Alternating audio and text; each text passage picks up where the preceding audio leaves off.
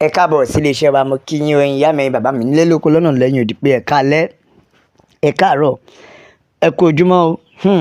Etí tẹ́ ẹ fi ń gbọ́ wa ò mà ní di láṣẹ Èdùà, ojú tẹ́ ẹ fi rí wa náà kò ní fọ́. Gbogbo ọmọ Yorùbá ẹ jáde kẹ́ ẹ tún wá gbọ́ ohun tí bàbá Tinubu sọ. Ẹ jọ̀ọ́, ṣé wọ́n fi ìyà ṣe Nàìjíríà ni? Ìbéèrè mi nìyẹn o. Ṣé dem fi ìyà do Nàìjíríà? Why? Ẹ wo, bàbá Tinubu ti sọ̀rọ̀, ọ̀rọ̀ ilé gan lẹ́tìkẹ́, ó tiẹ̀ lẹ́tìkẹ́. Ó ní ṣé ẹ fẹ́ gbọ́ Nàìjíríà, ọmọ Nàìjíríà, ẹ ní láti farada ìyà yìí díẹ̀ sí i láti fi lè jẹ́ kí orílẹ̀-èdè kó ní ìlọsíwájú. Ó ṣọ́ọ̀kì mi, ìyẹn gbé mi. Bẹ́ẹ̀ ni o, bàbá Tinubu ti sọ̀rọ̀ lórí ọ̀rọ̀ 83 billion expenditure on foreign local trip in 1 year. Kí ló dé?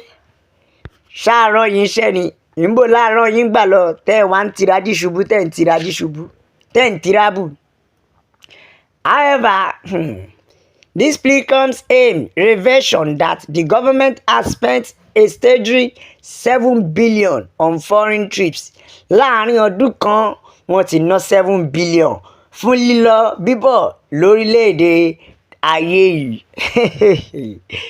Nàìjíríà yìí ló yẹ ká ronú. Nàìjíríà yìí ló jẹ́ ká ronú. Ó jẹ́ ká ronú o. Bẹ́ẹ̀ ni, ṣe rí ètò ìgbà bàbá Tinubu yìí. Bàbá Tinubu ti ní gbogbo ọmọ Nàìjíríà, wọ́n ní ẹ lẹ́bẹ̀ẹ́, wọ́n ní ẹ mú mọ́ra o, nítorí pé ìlú tó bá máa dá ọ̀nà máa kọ́kọ́ lè dé play.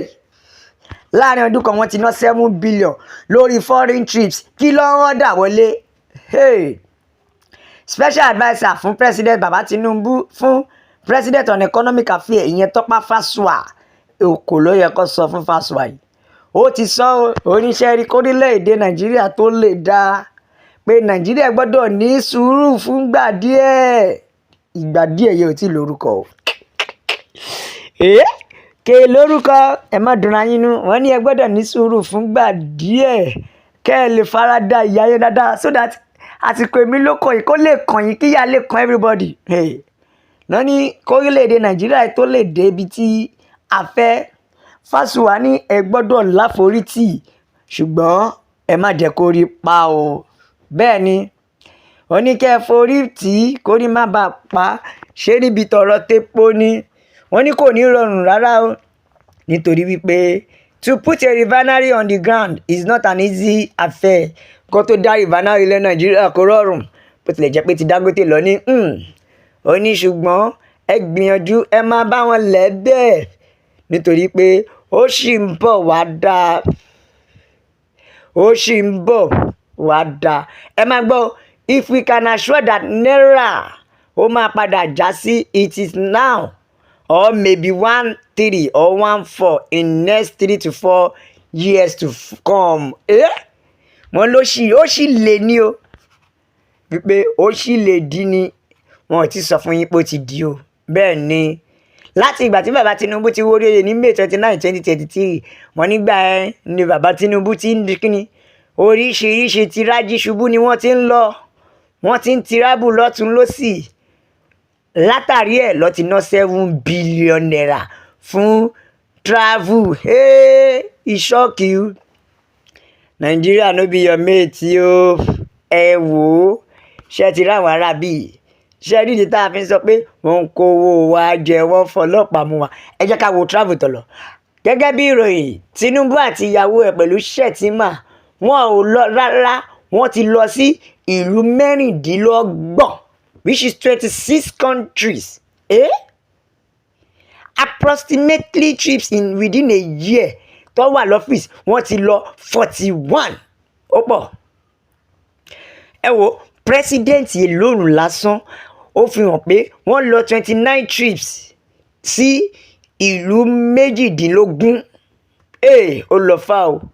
Shettima dẹ̀ lọ 12 trips sí ìlú 10. Ẹ jọ kí lẹ̀ ń wá kiri?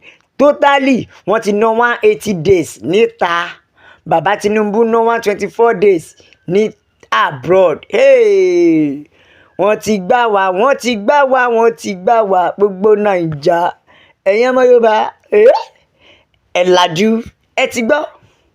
Bàbá Tinubu ti visit UK, USA, India, Germany, France, Saudi Arabia, UAE, Ethiopia, Tanzania, South Africa, China àtẹ̀gbà pé wọ́n lọ parí ìjà tí ó kàn wọ́n níbì kan. Gbogbo ọmọ Yorùbá ṣe yẹn ló kàn. Ṣé ẹ rí níta pípariwo pé kẹ́ ẹ jẹ́ ká bọ́. Ní 2024 èlò lásán bàbá Tinubu pẹ̀lú tíìmù wọn ná 36 billion naira lórí international trip. Níbo ló ń lọ? Owó tó jẹ́ kó fi túlù ṣe nìyí o. Tó bá yá ẹ mọ̀ sọ wípé Nigeria need money, Nigeria ṣe gbá. Ẹ̀yin ẹ gbọ́. Ẹ wo tí bàbá Tinubu fi travel kiri. Kí là ń tirají ṣubú, níbo là ń lọ? Èyí pọ̀, ó pọ̀ 24.19 billion ni wọ́n lọ lórí international trip. Àti others wọ́n ná 15.8 billion. Local trips lásán pẹ̀lú mọ́tò pẹ̀lú train wọ́n ná 31.2 billion. Lórí local trips nìyẹn o. Gbogbo ọmọ Naija ẹ ní láti ronú. No, to be sincere, I need láti ronú. Tó o bá sọ fún wa ó jẹ́ ká mọ̀ pa nílò láti ronú. Ẹ̀yin náà wò. Kí ló dé? Ṣé nǹkan tẹ́ fowó wa ṣe náà rèé? Ṣé gbogbo nǹkan tẹ́ fowó wa ṣe náà rèé? Bàbá Tinubu máa jayé ẹ lọ. Bàbá Tinubu máa jayé ẹ lọ. Ẹ jẹ́ ká tẹ̀jíṣẹ́ àwọn ẹja gbọ́n táwọn èèyàn sọ. Yorùbá nation ni o. Òmìnira ilẹ̀ Yorùbá òun ló jẹ wá lógún. Ìkan ló ní ṣe rí àwọn Haúsá, Fúlàní, Yíbò, Yorùbá. Wọ́n nínú wọn dùn gan. Bó ṣe jẹ́ pé bàbá Tinubu ń febi pa wọ́n back to back. Bẹ́ẹ̀ lọ́kàn ti jẹ́ kó yé wa pé politician ní orílẹ̀-èdè Nàìjíríà wọ́n máa lọ́kì o pé àwọn Nàìjíríà alára kò mọ̀ṣẹ́ kò mọ̀yà ni wọ́n. Àwọn ló ń pè ní suffering and smiling. Ó rọ̀ wọ́n lọ́rùn láti dìbò fún olè àti scammers ju kó dìbò fún ẹ̀yà wọn tó jẹ́ pé ó máa gbé wọn lọ. Ọ̀kan ní àṣẹrí bàbá Tinubu yìí àsìkò tiwọn ìlú worst jù táwọn ò rí ìnákúná ipò. Ṣèbí wọ́n ti sọ tẹ́lẹ̀tẹ́lẹ̀ pé bàbá Tinubu lówó ẹ̀ lọ́wọ́ pọ̀pọ̀rọ̀pọ̀ ti nómi nílẹ̀ tẹ́lẹ̀ kíkiní kan tó dé. A wá mọ̀ pé àtomi tó nílẹ̀ tẹ́lẹ̀ àtomi tó bá nílé gbogbo ẹ̀ ló fẹ́ lò pọ̀. Gbogbo ẹni bàbá fẹ́ lò pọ̀ nítorí lọ́wọ́lọ́wọ́ báyìí bàbá kan ń jayé ni. Bàbá kan ń tirají ṣubú ni. Ebi dẹ̀ ń pa ará ìlú. Ẹ̀wẹ̀ ìyá mi bàbá mi àsìkò tó láti lọ. Ẹ jẹ́ ká bá wa share o. Ẹ bó kó lọ fà. Ẹ subscribe, ẹ like, ẹ comment. Ẹ jẹ́ ó yà wọ̀nyàn lọ́tún lọ́sí pé Yorùbá nation nìkan ni ọ̀nà àbáyọ. Láàfin sọ pé a ó máa bẹ ọ̀bẹ ẹni bẹ ṣàtẹ́lẹsẹ̀ yóò máa bẹ̀nà. Gbẹ̀ni tó bá láwọn nídé. Ó máa láwọn nídé bá. God bless Yorùbá nation. Ó dàbọ̀.